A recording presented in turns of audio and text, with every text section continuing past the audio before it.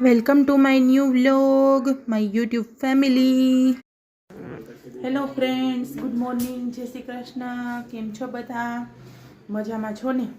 તો આજે છે ને હું તમને એક મસ્ત મજાની નવી વસ્તુ બતાવવાની છું. તો જોવા માટે બ્લોગમાં કન્ટિન્યુ રહેજો. એટલે છે તો મારા ખાલી એમને નાનું એવું ગાર્ડન છે ને એને લગતી જ છે, પણ તમને બતાવીશ એક મસ્ત મજાની વસ્તુ છે ને. કોઈ જો જોયું હોય ક્યાંય કે હા આવી રીતના આવતું હોય આમાં તો મને તમે કહેજો, અને ત્યાં સુધી બ્લોગમાં કન્ટિન્યુ રહેજો.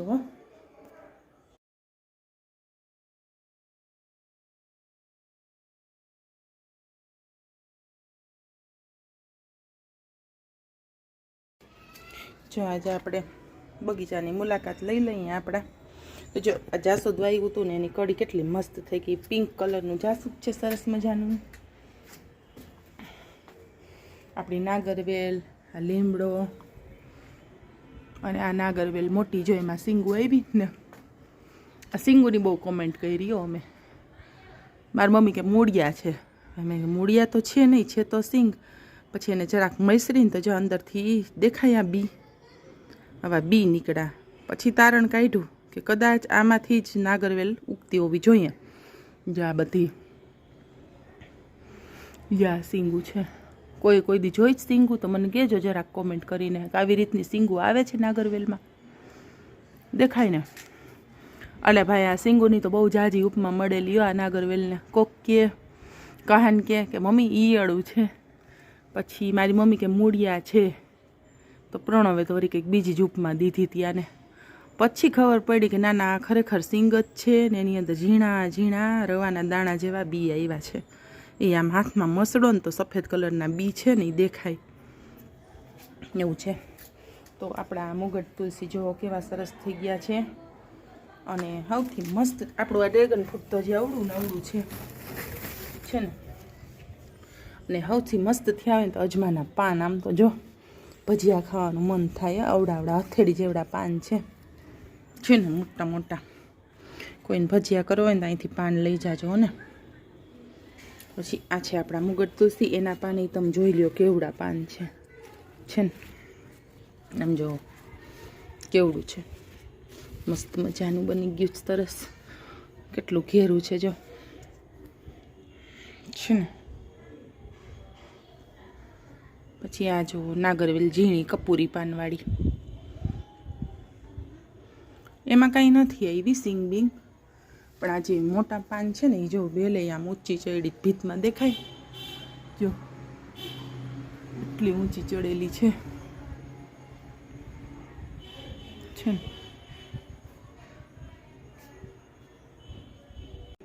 એ આમ ડાયરેક્ટ બહુ ઊંચી ચડેલ છે ને. અને આ સિંગો જો તમને દેખાય. હવે જઈએ આપણે આપણો પપૈયો જોવા.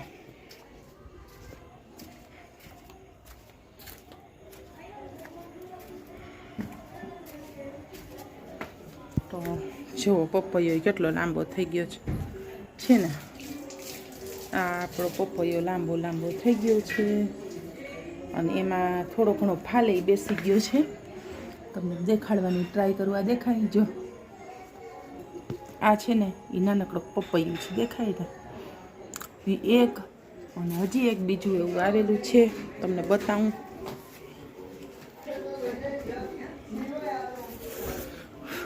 જો છે નાનકડું પપૈયાનો આકાર લઈ લીધો જો એને, છે ને સરસ મજાનું. આવું છે કંઈક અમારું બગીચાનું કામ. એટલો મોટો થઈ ગયો ટૂંકમાં, મારે ખંભે પહોંચી જાય એવડો પપૈયો થઈ ગયો એટલા સમયમાં.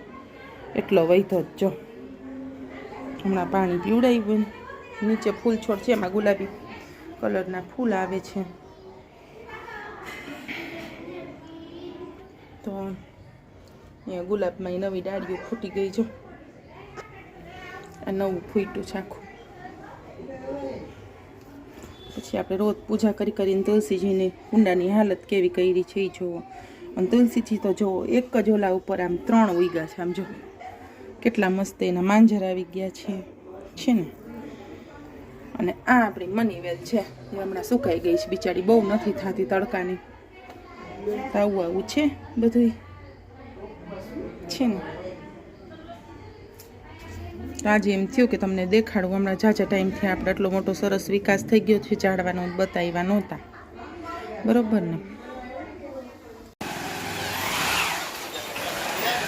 કેટ ફેમિલી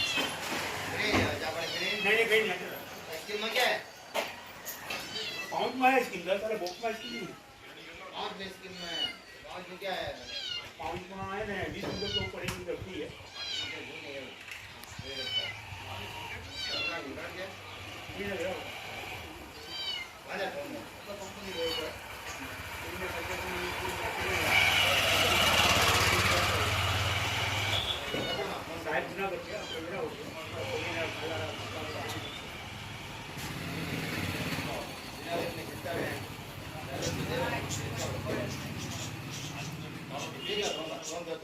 बोला बोला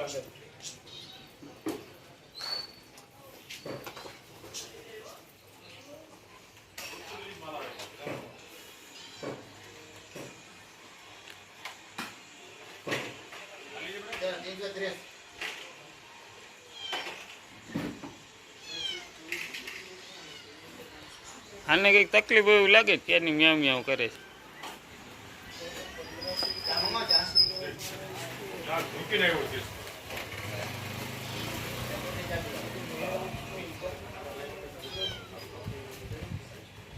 શું પ્રોબ્લેમ છે એને કંઈ?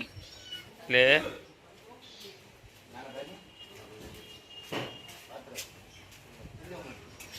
એ કાંઈ હતા અમારે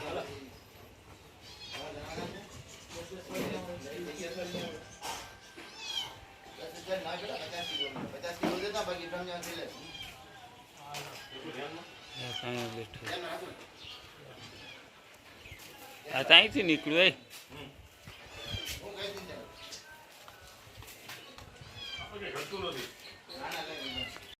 તો જોયું ને તમે અમારી નાગરવેલમાં કેવી સિંગુ આવી છે. સિંગુ જ કહેવાય, કોણ જાણે શું કહેવાતું ભાઈ, તો કંઈ ખબર નથી. પહેલી વખત જેને પણ બતાવ્યું એને બધા એમ જ કીધું કે અમે તો પહેલી વખત સાંભળ્યું કે નાગરવેલમાં આવી રીતના સિંગુ આવે છે. તો કોઈને આવ્યું હોય કે અથવા કોઈને ખબર હોય તો મને કોમેન્ટ કરીને કહેજો કે હકીકતે આવે કે નહીં. કારણ કે જ્યાંથી આવી છે મારી મમ્મીએ જ મને આપી છે, એને તો બહુ મોટી નાગરવેલ થઈ હતી, પણ આ રીતની સિંગુ કાંઈ એને આવી નહોતી. તો જરાક મને કોમેન્ટ કરીને કહેજો. ને મુગટ તુલસી ને એ બધું બહુ મસ્ત મોટા મોટા પાન થઈ ગયા, કેમ કે જમીનમાં વાવ્યું છે. ને ખૂબીની વાત તો એ કે પપૈયું હજી અવળું જ છે, ત્યાં તો એમાં પપૈયા સાઈપના ફૂલ બેસી ગયા છે. એટલે જોઈએ હવે કે એ ફાલ રખાય કે નહીં, આપણને તો એ ખબર નથી. કેમ કે આંબામાં મોસ્ટલી એવું હોય કે વહેલો ફાલ આવી ગયો હોય તો આપણે ખેરી નાખવો પડે, કેમ કે આંબામાં પોષણ ન મળે એવું કંઈક હોય. તો આ પપૈયામાં તો શું હોય આપણને કંઈ ખબર નથી, પણ ફાલ બેસી ગયો છે. 2 થી 3 પપૈયા આવડાક આવડાક દેખાય, એક અવળું મોટું થઈ ગયું છે 1 ઇંચ જેટલું, ને બીજા 2 છે એ નાના નાના દેખાય છે અત્યારે. તો જોઈએ, અને જગ્યા બહુ ઓછી છે ને એમાં આવું સરસ પપૈયું થઈ ગયું છે આપણું. તો પપૈયું તો અમે એટલે વાવ્યું હતું કે પ્લેટલેટ ઘટી જતા મારા, તો પપૈયાના પાનનો રસ પીએ તો એનો અક્ષીર ઇલાજ છે કે પપૈયાના પાનનો રસ પ્લેટલેટ માટે અક્ષીર ઇલાજ છે. ગમે ત્યારે ડેન્ગ્યુ થયો હોય ને એડમિટ કરતા ને માણસોને, ત્યારે ડૉક્ટર સલાહ આપે કે પપૈયાના પાનનો રસ તમે પીવડાવો, કેમ કે પ્લેટલેટમાં અને ડેન્ગ્યુમાં સૌથી છેલ્લો ઉપચાર હોય ને તો એ પપૈયાના પાનનો રસ છે. તો મને ઘણી વખત એવું થતું, હવે તો નથી ઘટતા પ્લેટલેટ. પહેલાં પ્લેટલેટ ઘટી જતા ને તો હોસ્પિટલમાં એડમિટ કરે, કેટલીય બોટલ ચડાવે, એટલા ઇન્જેક્શન દે, પણ 3 દિવસનો પીરિયડ હોય, 3 દિવસમાં પ્લેટલેટ ઘટે એટલે બહુ વધારે ઘટી જતા. પણ ત્યારે જ પપૈયાના પાનનો રસ ચાલુ કરી દઈએ ને તો એ લેવલ થઈ જાય, બેલેન્સ થઈ જાય, 1.5 લાખ જેવા થઈ જાય. તો સારામાં સારું એનું પપૈયાના પાનનું રિઝલ્ટ છે. એટલે અમે પપૈયો વાવ્યું હતું ઘરમાં.